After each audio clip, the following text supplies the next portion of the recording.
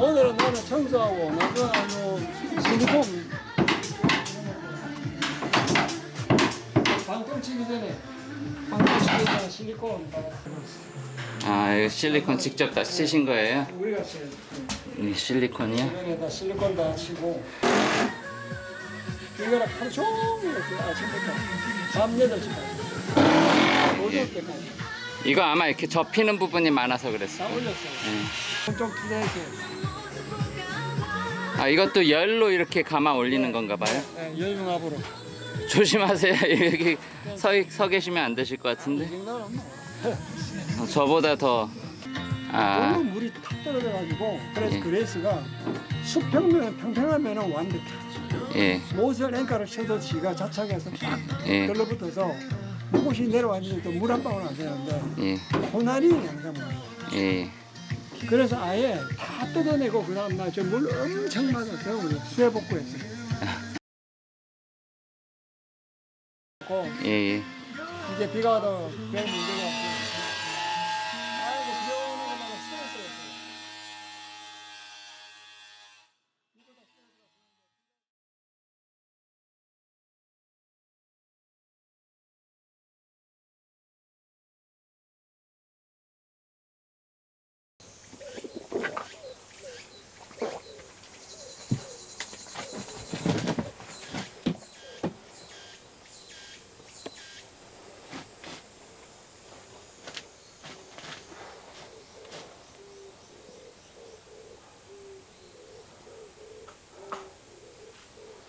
묻고 싶은 게 있었어요? 우리가 지금 영상을 만드는 거는 이제 일반인들 시각에서 만드는 거기 때문에 저는 이제 텅 빈 충만이라든지 이제 아름다움, 깊은 이미지 이런 여러 가지 이제 그 말씀 주셨던 이제 단어들이 있는데 뭐 가장 핵심적인 거나 이제 어떤 모든 비평의 이제 근간이 되는 게 뭐였을까요? 이런 거에 대해서 한번 질문 드려보고 싶습니다. 나는 제일 쉽게 말하면 인식의 문제를 제기한다고 봐요. 인식, 건축은 인식이다.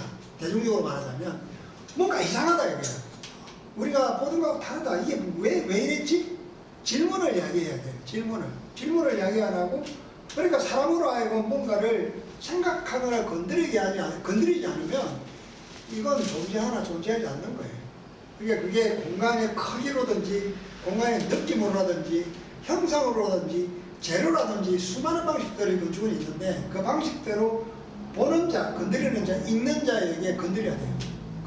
우에 그렇지 않고 우선 인식을 건드려야 돼요. 건드려야만 비로소 움직이기 시작하니까. 대부분은 건드리지 못하고 보기 좋네, 아름답네, 예쁘네. 제일 나쁜 건 예쁜 거예요. 아, 예쁘다 이러면 끝나니까. 예쁜 거면 안 돼. 오히려 추하더라도 이게 뭐지? 왜 이랬지? 이 문제가 먼저 파고 들어가줘야 건축은 용어를 건드린다. 그 건축은 인식을 건드려야 돼요. 감각을 건드리는 건 어마어마하게 힘들어요. 이게 유용한 사물이어야지.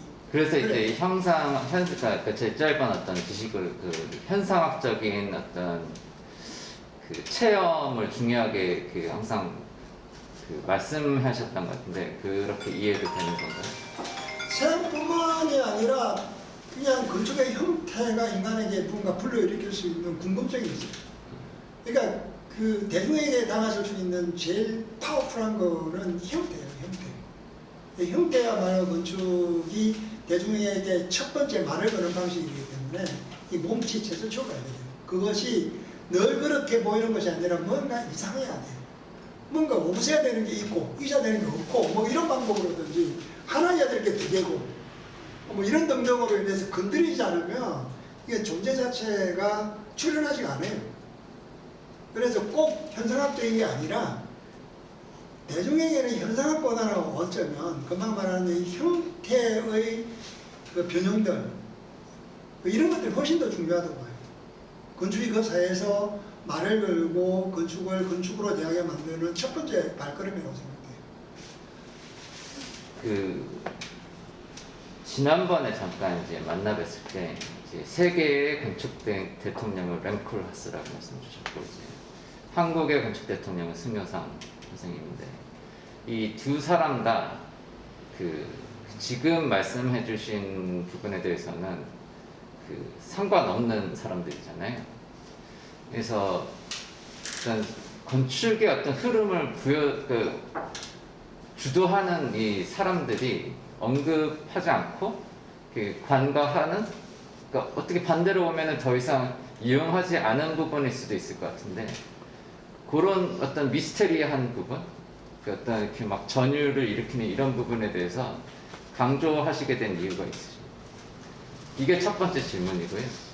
두 번째 질문은 이 랭컬 하스가 이제 세계적으로 어떤 선풍적인 인기를 끌었는데, 한국은 여전히 굉장히 뭔가 그 과거에 얽매 있는 것 같고, 뭔가 이렇게 좀 고리타분하고, 그런 분, 그러니까 저는 이제 승영상 선생님을 좀 그런 식으로 보고 있는데, 이게 왜 그렇게 이렇게 벗어나지 못하고 있을까? 어떻게 승영상 선생님이 그 우리나라에서 좀 중요한 위치를 점하고 있는 거에 대해서 어떤 견해를 가지고 계신지, 그게 이제 두 번째 질문입니다.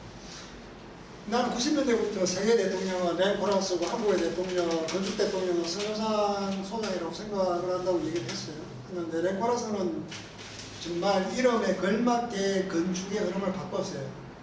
간단하게 말하자면 랭코라스는 현실을 통째로 무가치, 가치 판단 없이 받아들여서 쪼개서 그것의 가능성들, 잠재성들을 밝혀내고 또는 그것을 현실화시키려고 노력해서 때마침 바람 불었던 들레지하고 굉장히 집합이 잘 됐어요. 그러니까 들 일이 없어 뉴욕이라고 하는 책 보면 위에는 꿀을 먹고 밑에는 주먹 이런 거 있잖아요. 세상이 가지고 있는 어처구니 없는 서로가 말도 안 되는 것들이 공존하는, 혼합하는, 그 뉴욕의 그리트와 위의 욕망들 이런 것들이 충돌하는 그것들을 매개해주는 이것들을 현실을 그대로 받아들이고 그걸 건축형으로 풀었단 말이죠. 옛날에는 선광이 분명했다면 그런 점에서 랭코라스가 건축의 방향을 완전히 털었어요. 그게 조금 전에 이경상 선생님이 말한 포스트 크리티컬 하는 게 프로젝트라고 하는 개념으로도 옮기는데 큰 역할을 했고, 근데 승영상 선생은 나쁘게 말하면 권력에 의해서 지배를 했지 건축적으로 지배하는 방식은 굉장히 고답적이었어요. 여전히 고전적인 언어를 쓰면서 여전히 금욕적이라 하지만 금욕적이지 않고, 여전히 빈자라고 그러지만 빈자를 위한 것도 아니고 부자인 빈자 놀이 정도, 그렇다 그래서 그거를 극한으로 밀어붙이는 것도 아니고 어디서 범직한 것 같고, 처음에는 마치 안도다도의 약간의 그런 거 크기도 한 느낌도 주고, 딱히 그렇다고는 할 수 없지만 여기저기서 짬뽕된 아돌프 로스에게서 받고 저기서 받고 한 것들이 이게 자기의 목소리가 자기로부터 나오기보다는 그런 작품이 가지고 있는 내적 깊이나 울림이 덜하다 보니까 힘을 못 발휘한 것 같아요. 그래서 권력이나 현실적으로 굉장히 유리한 국면에서 힘을 가지고 있기 때문에 문화를 드라이브할 수 있는 능력은 있지만, 건축적으로 많은 후배들은 건축적으로 영향을 주려고 그러면 감동을 줘야 된단 말이에요. 설득이 돼야 되고. 근데 그 설득력과 감동이 떨어지기 때문에 힘을 못 쓰는 거예요. 여전히 앞으로는 어떨지 몰라도 지금까지는 그런 측면에서 건축적으로 대통령이라고는 생각 안 해요. 건축 권력적으로 대통령이지만 건축의 뭔가 창조와 창작이나 사유의 능력이 이렇게 높은 수준에 속하느냐 전혀 그렇지 않습니다. 그런 점에서는 랭코라스와 전혀 다른 입장의 이름은 똑같은 이름을 가지고 있으나 전혀 다른 위상을 가지고 있다. 영혼적으로는 존재론적으로는 턱없이 부족해. 대통령이 될 수가 없다. 그 다음에 만약에 아직까지는 그 김수근 선생님이나 이제 김중호 선생님 다음으로 힘을 가지고 있는 건축가가 없는 것 같은데, 곧 영 아키텍트들 중에서는 이제 나온다고 아까 나올 것 같다라고 그런 말씀을 주시기도 했습니다. 감사드리고요. 첫 번째 질문에 있어서 선생님께서 이제 스스로를 위치시킨 이 포지션하고 이 어떤 세계적인 어떤 건축의 어떤 주요한 이제 흐름이 있잖아요.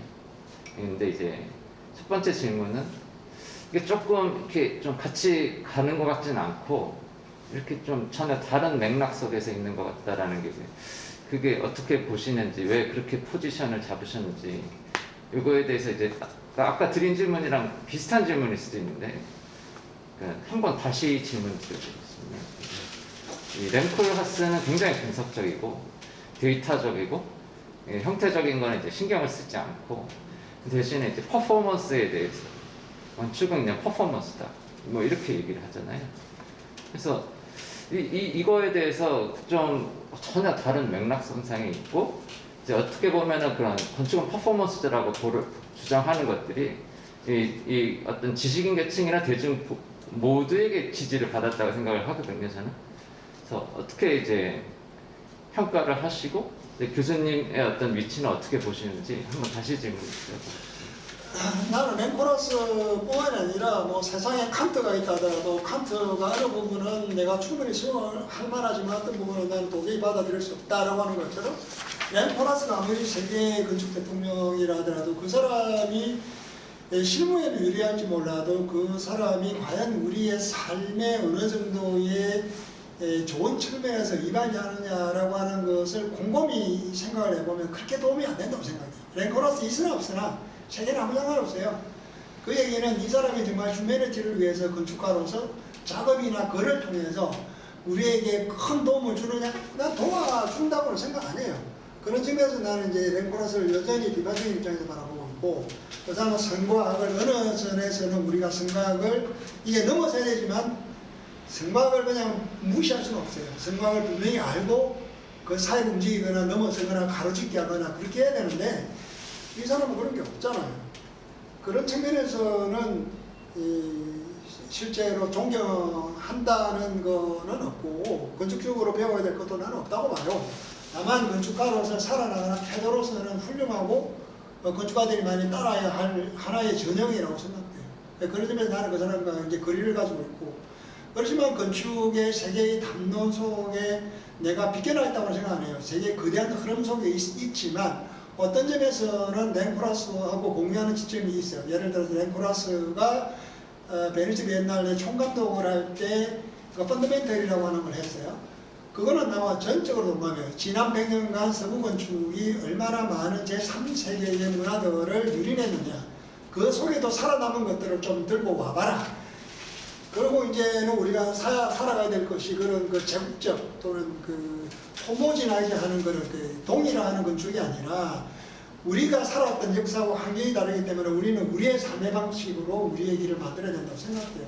그런 측면에서 나는 내가 그 글로벌한 속에서도 우리는 독자적으로 글로벌이 오히려 우리를 쳐다보거나 우리의 뭐랄까 새로운 또는 유니크한 고유한 측면을 감당할 수 있도록 길을 만들어 나가야 된다고 생각해요. 그런 면에서는 글로벌하지만 글로벌하지 않은 거죠. 그 사이에서 움직여야 된다고 생각하는데, 예컨대 나는 이제 그것들이 여전히 건축이 우리가 고민해야 될 것은 한민족이 가지고 있는 문학성. 한국 사람들은 문학성이 대단해요. 춤과 노래 이런 문학성들이 여러 가지 이제 세계와 다른 문학성이 있는데 문학적 위상은 나는 대단하다고 생각해요.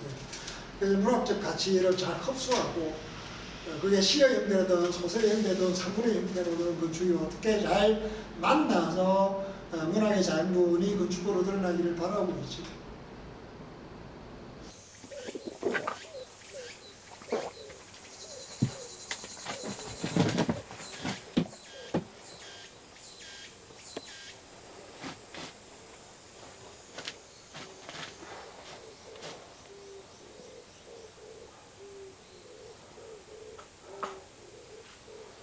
묻고 싶은 게 있었어요?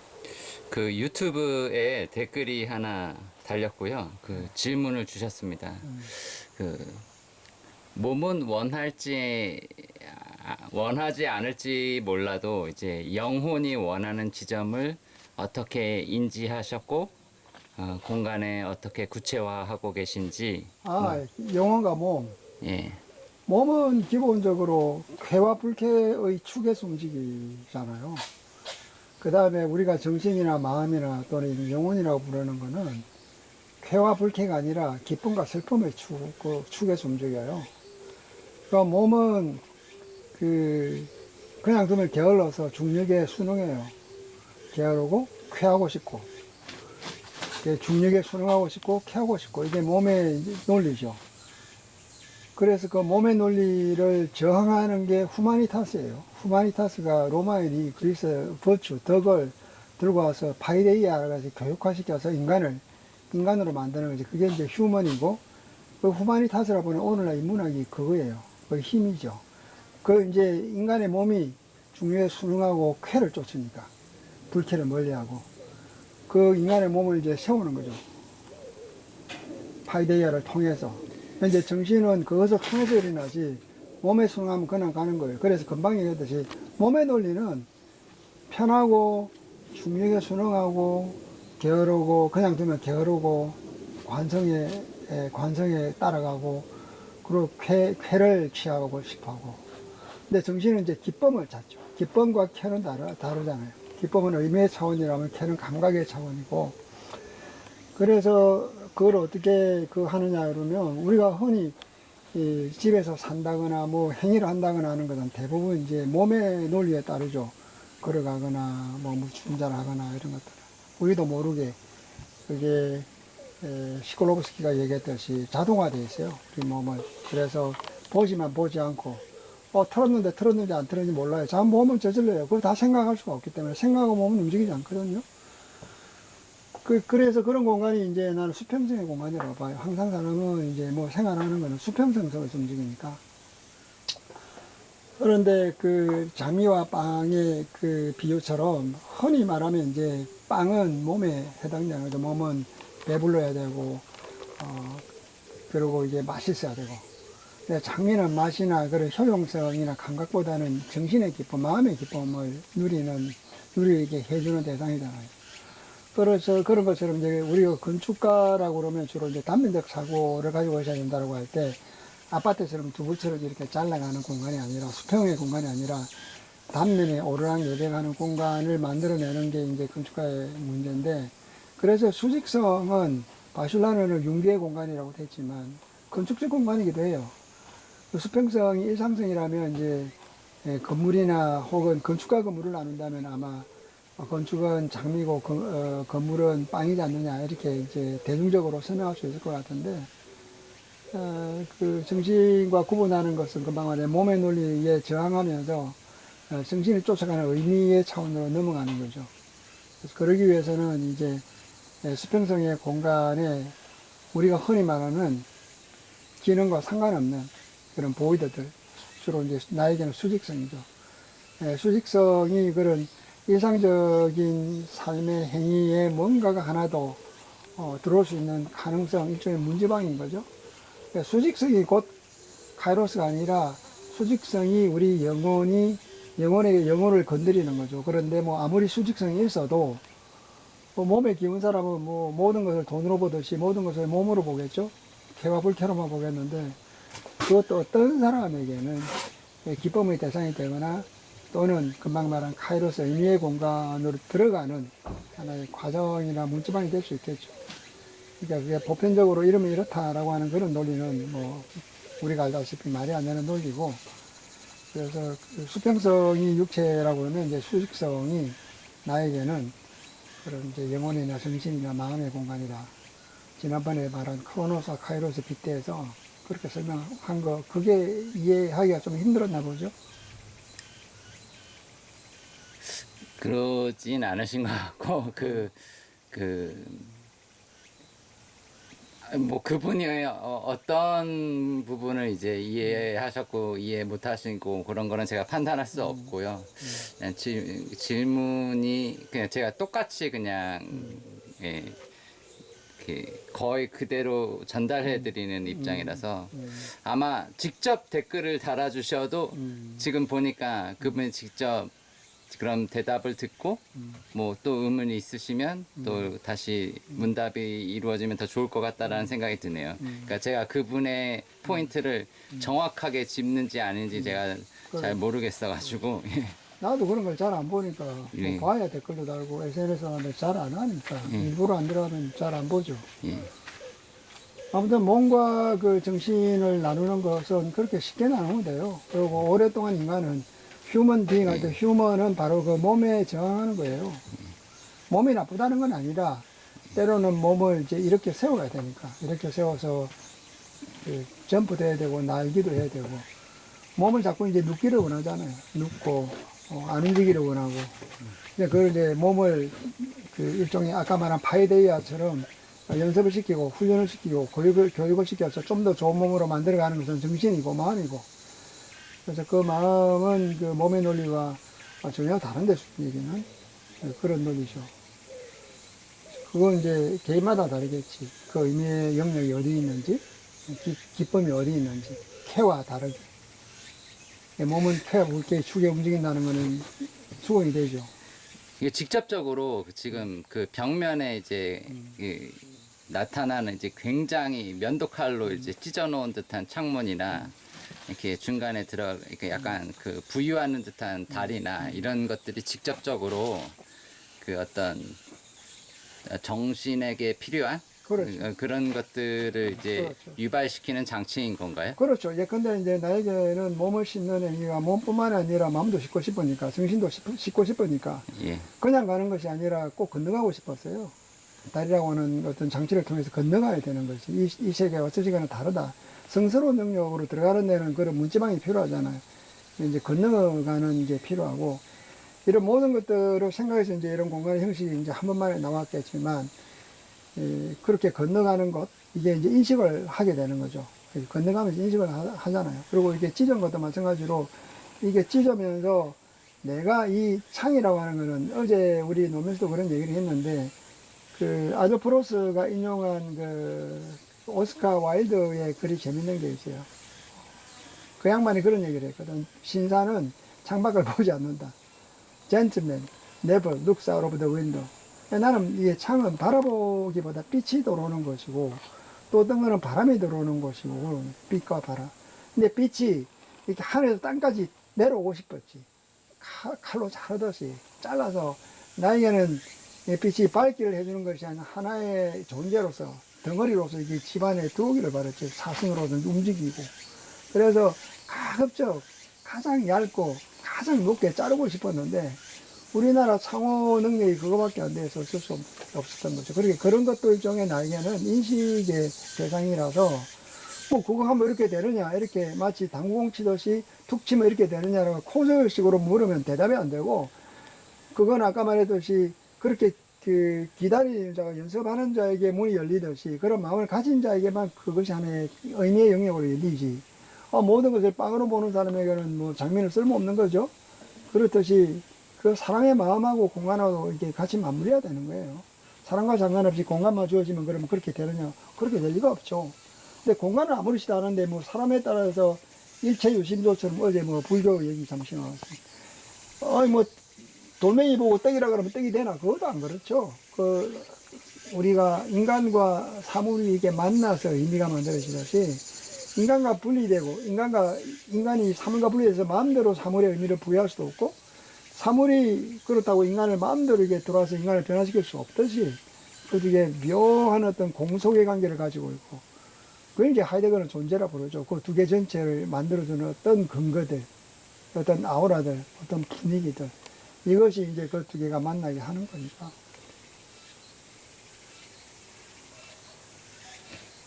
그래서 나는 창은 선이고 싶었어요. 선.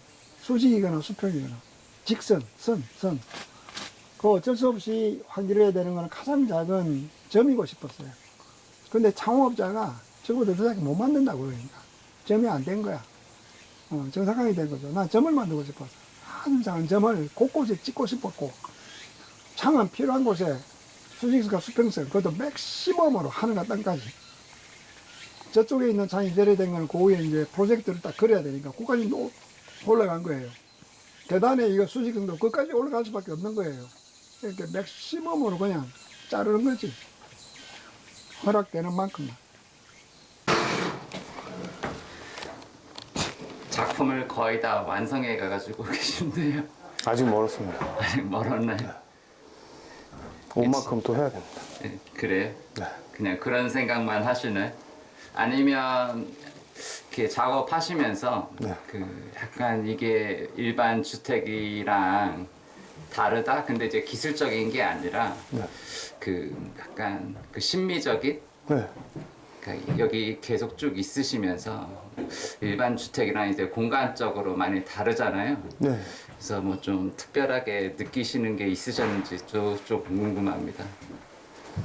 꾸면서 느낀 거 그냥 재밌게 했어요. 그래요. 네. 저 같은 경우는 이제 오늘 와서 보니까 드디어 이제 빛이 보이기 시작하는데 네. 이 이종건 교수님 집 댁 같은 경우는 거실이 되게 어두컴컴한데 지금 계시는 이 방이 제일 밝은 것 같아요. 아, 이 방 창문은 나중에 따로 내신 거예요. 그래요. 네, 원래 없었어요. 설계 변경이 돼서 예. 다시 나온. 이 방, 그러니까 이게 이런 게 되게 저는 흥미롭게 느껴지더라고요. 그래가지고 뭐랄까 이게 평범하지 않은 집인데 혹은 이제 기술자분들께서는 어떻게 느끼시는지 좀 궁금해가지고. 뭐 느끼는 게 이런 집만 많이 한 것 같은데 저희는.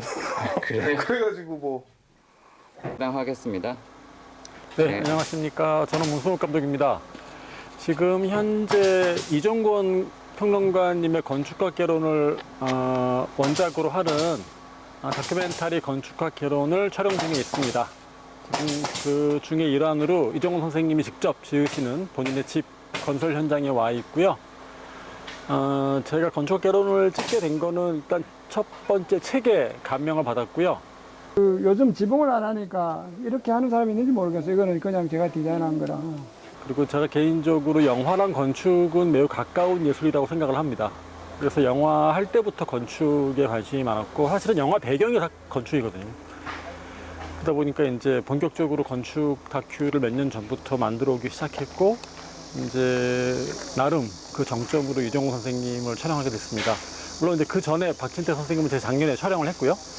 지금 현재 또 제작 중에 있고, 어쨌든 간에 그 새로운 한국 건축을 위해서 애를 쓰시는 건축가 분과 평론가님의 그 일상과 그분들의 비전, 그분들의 시선을 통해 바라본 한국 건축의 문제점, 또는 위대한 점, 또는 기록에 남겨야 할 점, 이제 그런 것들을 찍고 있고요.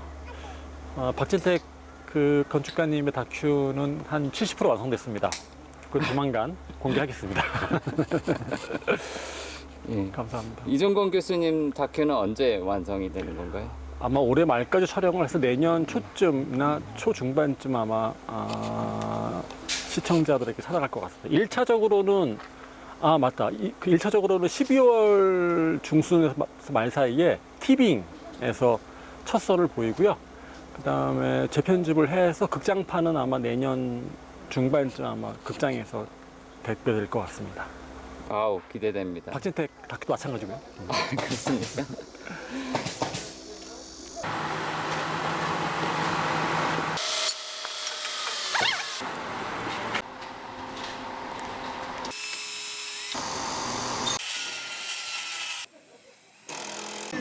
안 더워서 예. 1시부터 일을 40분 하시더라고요. 예. 그래서 남자이 저기서 평가받아 왔어요. 아, 더운데도 사고 없이 잘 진행되고 있어갖고 다행이라고 생각하고 있어요.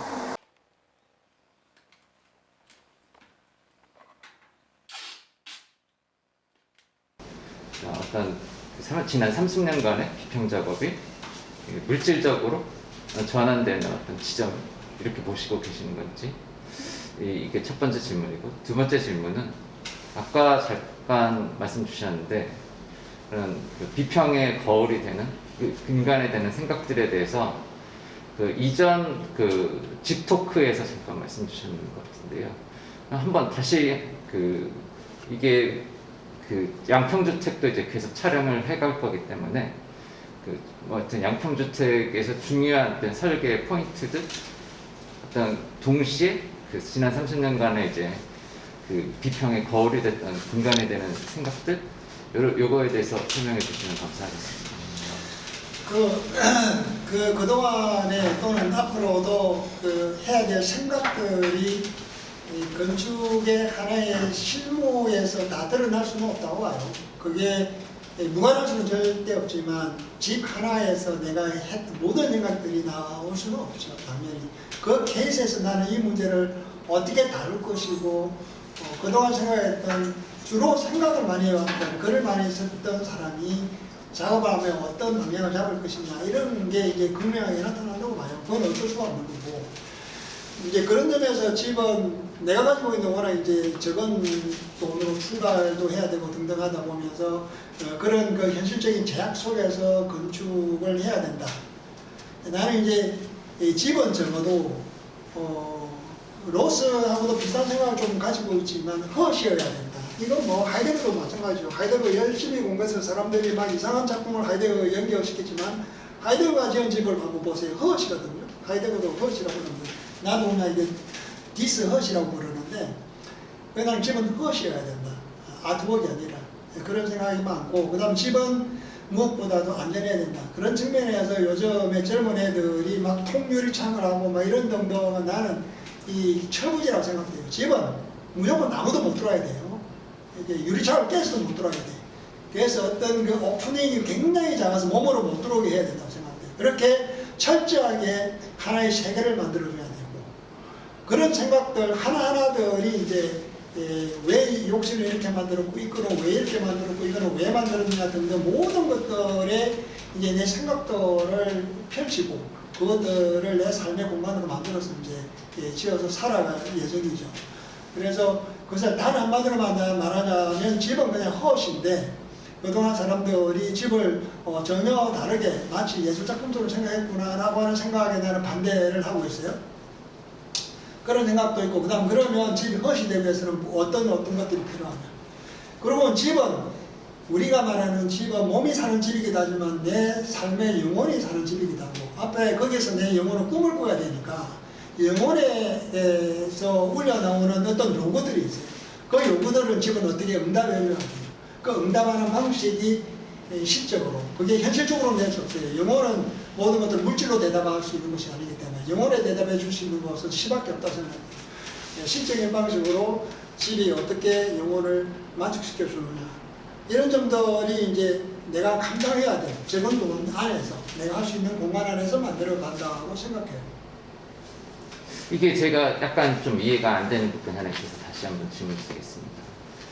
이제 그 종종 말씀 주셨던 부분이 이 건축은 유용하지 않아야 된다. 쓸모가 없어야 된다. 그랬을 때 아름다울 수가 있다. 그렇죠. 그 부분이랑 좀 전에 말씀 주셨던 이게 왜 두 개가 있어야 되고 있을 게 없어야 되고 막 뭔가 이렇게 인식의 전환을 불러일으켜야 된다 이렇게 말씀 주셨는데 그 지점 이거는 완전히 이제 예술품에 관한 얘기인 것 같아요. 집을 그 건축을 완전히 예술품으로 이제 보고 계시는 지점 같은데 반대로 지금 스스로의 주택을 설계하시는 단계에서는 허시라는 단어를 쓰셔서 예술품이 아니다 이렇게 좀 말씀해 주셔서 그 차점이 어디로 가야 되는지 약간 좀 혼란스러운 느낌이 있어서 좀 명확하게 설명해 주셨습니다. 이제 뭐 지나치게 말하면 두 반대되는 것들이 어떻게 만나느냐의 문제예요. 두 반대되는 것도 반드시 만날 수가 있어요. 어떤 구멍들을 가지고 있어요. 그 헛에서 어떤 구멍을 만들어주면 그것이 어느 그 하이데거가 말하듯이 어느 사태가 발생한다. 그 사태가 소위 말하는 예술을 불러들일 수 있는 공간이 되고 그 다음에 그거 말고라도 아까 말했듯이 쓸모없는 것이 있어야 건축은 이제 건축이 되는데 그 쓸모없는 것은 영혼에 의해서 주어져요. 영혼은 쓸모있는 것을 원하지 않아요. 꽃이 쓸모있는 건 아니거든. 빵이 쓸모있지 먹고 꽃을 먹는 게 아니에요. 그렇듯이 정신의 만족을 구하는 것은 전혀 다른 방식으로 그러니까 이게 쓸모없는 거죠. 쓸모없는 방식이 쓸모있는 것과 어떻게 접합하느냐 어떻게 쓸모있고 쓸모없는 방식으로 접합하느냐의 문제가 걸려있어요. 그래서 나는 그 문제도 도외시할 수 없고 내 집은 나는 몸만 사는 게 아니고 평생을 오래 했던 사람이라 내 영혼도 살아야 되니까 나는 거기에 그런 방식으로 스케치를 하고 만들어 나가고 있죠. 정말 다행입니다. 뭐 저희는 다 오래 한 사람들 10년 이상씩 다 됐어요. 저희 같이 일하는 사람들이. 요즘에 뉴스에 많이 나더라고요. 그 온열 질환자 대부분이 건설 현장에서 일하시는 분이라고. 점심시간에는 2시간씩 쉬고 있어요. 저희는. 그리고 또 오후에 1시간 더 하는 걸로 해갖고. 그나마 여기 현장은 그늘이 있어서 한 3시쯤 되면은 그늘이 좀 생겨요. 이쪽 집은 A동 같은 경우는. 그래서 할만은 해요. 그때는. 다행이네요. 네. 천만 다행이네요. 작업을 그러니까 나눠서 하고 있어요. 그늘에서 하다가도 이제 좀 그늘이 생기는 쪽으로 이동하면서 다니고 예. 있죠. 지금 저희들이 유들이 있게 다니고 있습니다. 또 너무 땡땡해서만 하면 능률이 안 오르니까요. 그래서 예. 조절해 가면서 하고 있습니다. 물도 잔뜩 사다 놓고 뭐 응원하시는 분들, 음료수 들고 응원하시는 분들도 많네요. 그래서 뭐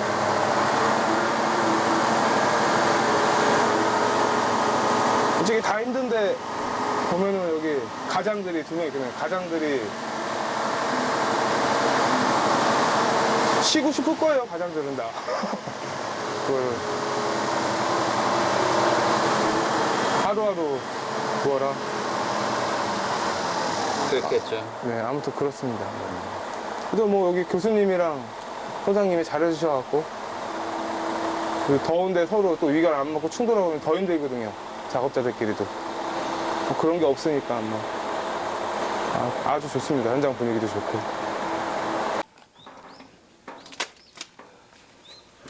다 떨어졌네.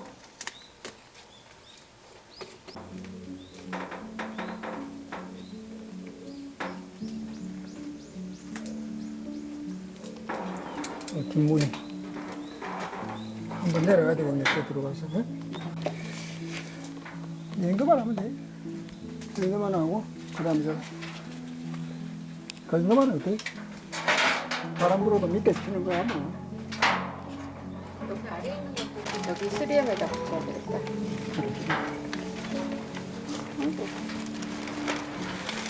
한번 짜보자.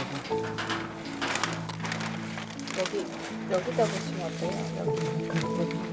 오케이. 이렇게 한번 더. 내가 또.